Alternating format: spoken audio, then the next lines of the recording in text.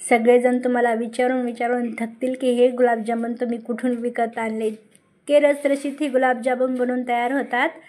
Hello friend, मी Sonali simple रेसिपीमध्ये तुम्हाला सर्वांचं खूप खूप स्वागत आहे. आज आपण बनवणार आहोत खव्याचे गुलाबजामुन. चला तर रेसिपीला सुरुवात करूया. इथे मी 250 ग्रॅम खवा घेतलेला आहे. खवा आपल्याला एकदम फ्रेश घ्यायचा आहे आणि खवा हाताने असं आपल्याला छान मळून घ्यायचा आहे, जेणेकरून खवा आपला पूर्ण एकजीव होईल आणि त्यातल्या गाठी वगैरे सगळं एकदम सॉफ्ट बनून तयार होईल. त्याचबरोबर मी इथे 2 चम्मच बारीक रवा घेतलेला आहे.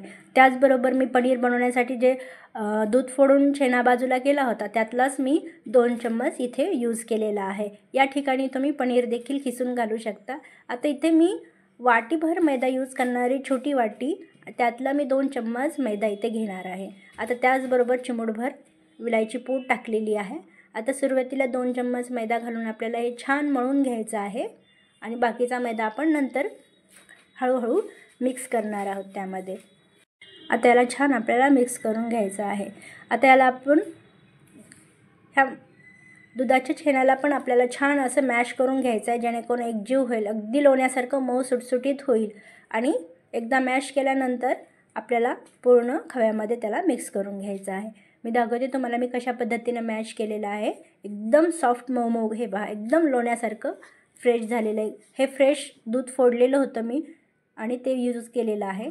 आता इथे राहिलेला मैदा देखील आपल्याला टाकून घ्यायचा आहे आणि व्यवस्थित आपला खवा आणि पीठ व्यवस्थित मळून घ्यायचं आहे. इथे पहा, हळूहळू आपलं याला 5 ते 10 मिनिट छान मळून घ्यायचं आहे. जितकं तुम्ही छान मळता तितके गुलाबजामुन आपले छान होतील. आता बाकीचा पण मी मैदा त्यामध्ये टाकून घेतलेला आहे.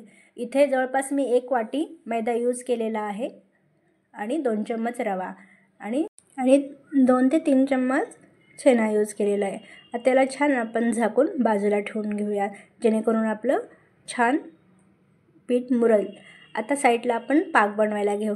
आता पाक बनवताना एकदम महत्त्वाची टीप म्हणजे इथं साखर यूज करताना एकदम फ्रेश पॅकिंगची साखर, दाणेदार साखर वापरायची आहे, जेणेकरून पाक एकदम पांढरा शुभ्र आणि स्वच्छ निथळ पाण्यासारखा होईल. आता इथे मी 2 वाटी साखर यूज केलेली आहे आणि इथे 4 वाटी मी पाणी टाकलेलं आहे. आता हे सगळं मिश्रण आपल्याला व्यवस्थित मिक्स करून घ्यायचं आहे. त्याचबरोबर मी थोडी विलायचीची पूड देखील टाकलेली आहे. आता याला छान आपल्याला साखर वितळून घ्यायची आहे पाण्यामध्ये. इथे पाक करताना आपल्याला 1 तारी किंवा 2 तारी असा काहीच पाक करायचा नाही, फक्त हाताला चिकटपणा येईल इतपत पाक बनवायचा आहे. साखर वितळली की समजायचं आपला पाक तयार आहे.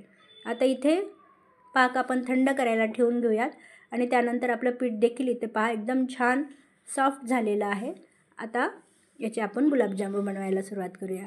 तर इथे मी गुलाबजामुन बनवताना अशा पद्धतीने गुलाबजामुन हाताला थोडंसं प्रेस देत गुलाबजामुन बनवून घ्यायचं आहे, जेणेकरून आपला गुलाबजामुन कुठेही रेषा वगैरे पडणार नाहीत. आता इथे मध्ये मध्ये कबीर देखील मला हेल्प करत होता, त्याला देखील गुलाबजामुन बनवायचे होते. आता अशा पद्धतीने तुम्ही तुमच्या आवडीनुसार शेप देऊ शकता, गोल, लंबा. आता इथे मी छान काला जामुन बनवत आहे, म्हणून मी असा छान मोठा लंबा हॉटेलसारखा शेप दिलेला आहे, जे बाहेर जसे मिळतात ना एकदम छान काला जामुन तसा.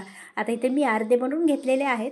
आता हे पीठ मी झाकून ठेवत आहे आणि एवढे छान मी तळून घेणार आहे. आता तळण्याकरिता इथे मी कढईत तेल टाकलेलं आहे. कढई थोडी मोठी घ्यायची आहे आपल्याला. आता एक पिठाचा तुकडा मी त्यामध्ये टाकून पाहिलेला होता. तेल आपलं छान गरम होत आहे, खूप गरम नाही केलेलं आहे मी इथे. आता इथे आपण गुलाबजामुन टाकून घेऊया. आता गुलाबजामुन मी एक टाकत आहे. एकाच वेळेस मी 5-6 गुलाबजामुन जास्तीत जास्त तळून घेणार आहे, कारण खूप जास्त टाकले तर गुलाबजामुन व्यवस्थित तळल्या जात नाही. आता इथे आपल्याला सारखं हलवत राहायचं आहे गुलाबजामुनला, कारण की चमच्याने आपण असं मध्ये मध्ये फिरवत राहायचं, जेणेकरून गुलाबजामुनला एक सारखा कलर येईल. आता इथे पहा, आधी व्हाईट, नंतर ब्राऊन, नंतर गोल्डन आणि नंतर एकदम छान आपल्याला थोडासा डार्क ब्राऊन करायचा आहे. अशा पद्धतीने इथे पहा, आता गुलाबजामुनला कुठेही शेड पडलेला नाही, एकसारखा गुलाबजामुन दिसत आहे. हे पहा, एकदम परफेक्ट हवा तसा गुलाबजामुन आपला तळून तयार आहे. आता याला मी काढून घेणार आहे. आता हे मी साईडला काढून ठेवत आहे. त्याचप्रमाणे मी दुसरे गुलाबजामुन देखील तळून घेणार आहे. आता इथे महत्त्वाची टीप म्हणजे मी जो रवा टाकला होता ना, रव्याने इतकं छान त्याचं टेक्स्चर येतं, जे बाहेर बाजारात गुलाबजामुन जसं मिळतात ना, मधातून रसरशीत आणि वरून हलकंसं एकदम म्हणजे हातात घेतल्यावर ते गुलाबजामुन अजिबात फुटणार नाही. आपण ओव्हर मैदा जर यूज केला तर ते गुलाबजामुन अगदी असे एकदम सॉफ्ट नरम नरम होतात. हा अजिबात होत नाही. त्यामुळे तिथे मी 2 चम्मच रवा यूज केला आहे. तुम्हीही रवा 2 चम्मच नक्की ॲड करून पहा. आता हे बाकीचे सर्व गुलाबजामुन मी तळून पाकामध्ये टाकून घेत आहे. इथे पाक माझा खूप गरम नाही आहे, एकदम थंड झालेला आहे. म्हणजे हलकासा कोमटच आहे तो. गुलाबजामुन बनवेपर्यंत तो एकदम हवा तसा आपल्याला कोमट झालेला आहे. आता इथे मी बाकीचे पण गुलाबजामुन बनवून तयार आहेत आणि मी ते टाकलेले आहेत. आता हा शेवटचा कबीरला टाकायचा होता, तो टाकत आहे. हे माझा पण अशा पद्धतीने त्यानं देखील त्याचा एक छोटासा बॉल छान बनवून मला तळायला लावलेला आहे. अशा पद्धतीने तुम्ही जर गुलाबजामुन बनवले तर एक नंबर बनवून तयार होता. इथे पहा, आता सुरुवातीला मी जो गुलाबजामुन बनवला होता आणि ह्या साईजमध्ये फरक पहा. आता इथे मी तुम्हाला सांगितलेलं आहे की मी इथं अजिबात सोडा किंवा बेकिंग पावडर यूज केलेलं नाही. आणि अशा पद्धतीने तुम्ही सर्व करू शकता.